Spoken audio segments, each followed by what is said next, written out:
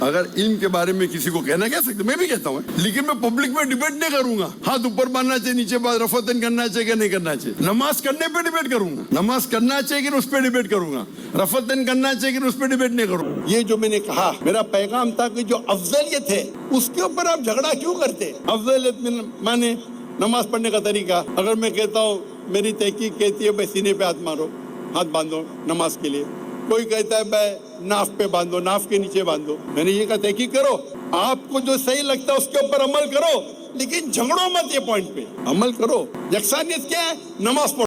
الحمدللہ الذی ہدانا لہذا وما كنا لنهتدي لولا ان هدانا اللہ۔ اللہم صلی علی محمد وعلی آل محمد کما صلیت علی ابراہیم وعلی آل ابراہیم انک حمید مجید۔ دوستو، آج کا جو یہ ویڈیو ہے یہ ڈاکٹر ذاکر نائک کے غلطیوں کے بارے میں ہے، ان کی اصلاح کے بارے میں ہے۔ دوستو، ڈاکٹر ذاکر نائک صاحب تو یہ عموماً کہتے رہتے ہیں کہ قرآن اور صحیح حدیث کو جو ہے نا اس پر عمل کرنا چاہیے، وہ حجت ہے، لیکن پھر دوسری طرف وہ یہ کہتے ہیں کہ یہ فروع اختلافات ہیں کہ ہاتھ اوپر باندھے جائیں یا نیچے باندھے جائیں، رفع الدین کیا جائے یا نہیں کیا جائے، آمین اونچی کی جائے یا نہیں، امام کے پیچھے سورۃ فاتحہ پڑھنی چاہیے یا نہیں۔ تو وہ ان تمام احادیث کو، یہ رسول اللہ صلی اللہ علیہ وسلم کی حدیثوں میں یہ بیان ہوا ہے، گویا کہ ان تمام صحیح احادیث کو وہ نظر انداز کر دیتا ہے۔ ایک طرف وہ کہتا ہے کہ حدیث پر عمل کرو، دوسری طرف یہ ہے کہ صحیح احادیث ان کی وہ جو ہے نا اہمیت کو گرا دیتا ہے۔ تو یہ حقیقت میں اس کی بڑی جو ہے نا وہ غلطیاں ہیں۔ مثلا یہ میرے پاس، میرے بھائیوں، صحیح بخاری ہے، یہ اس کے صفحے نمبر 307 پہ ہے۔ سہل بن سعد رضی اللہ عنہ قال، صحابی رسول حضرت سہل بن سعد فرماتے ہیں، کہنے لگے کان الناس یؤمرون، لوگوں کو حکم دیا جاتا تھا، ان یضع الرجل الید الیمنی علی ذراع الیسری، کہ ایک آدمی اپنے ہاتھ کو، دائیں ہاتھ کو بائیں ہاتھ کی ذراع پر یعنی کلائی پر رکھے، فی الصلاۃ، نماز کے اندر۔ یہ بخاری کے اندر ہے یہ، ٹھیک ہے۔ اب یہ حکم دیا جانا، یہ رسول اللہ صلی اللہ علیہ وسلم کے صحابہ کو رسول اللہ صلی اللہ علیہ وسلم کی طرف سے حکم دیا جاتا تھا۔ جو بھی حکم ہو کسی بھی وقت کے حکمران کا، وہ اس کا حکم لازمی ہوتا ہے، فرض کا درجہ رکھتا ہے اور وہ واجب ہوتا ہے۔ لیکن یہ کیا یہ رسول اللہ صلی اللہ علیہ وسلم کا حکم فرض نہیں ہے؟ دنیا کے حکمرانوں کا تو حکم فرض ہے اور واجب ہے۔ تو اب آپ یہ کہیں کہ یہ بات جو ہے نا یہ اولا میں آ جاتی ہے کہ مباح ہے، کوئی کرے تو ٹھیک ہے اور نہ کرے تو کوئی بات نہیں ہے، اور اس پر جو ہے وہ کہتے ہیں لڑنا نہیں چاہیے۔ ٹھیک ہے، لڑنا تو نہیں چاہیے، لیکن یہ اولا وغیرہ میں اور خلاف اولا بات نہیں ہے، یہ تو فرض ہے کہ اللہ کے رسول صلی اللہ علیہ وسلم، صحابہ کرام کو حکم دیا جاتا تھا۔ تو صحابہ کو حکم کون دیتا تھا؟ صحابہ کے اوپر حکم کس کا چلتا تھا؟ صاحب ظاہر رسول اللہ صلی اللہ علیہ وآلہ وسلم کا ہی حکم ہوتا تھا نا صحابہ کرام کو۔ تو وہ کہتے ہیں ہمیں حکم دیا جاتا تھا کہ ہم دایاں ہاتھ بائیں ہاتھ کی کلائی پر رکھیں۔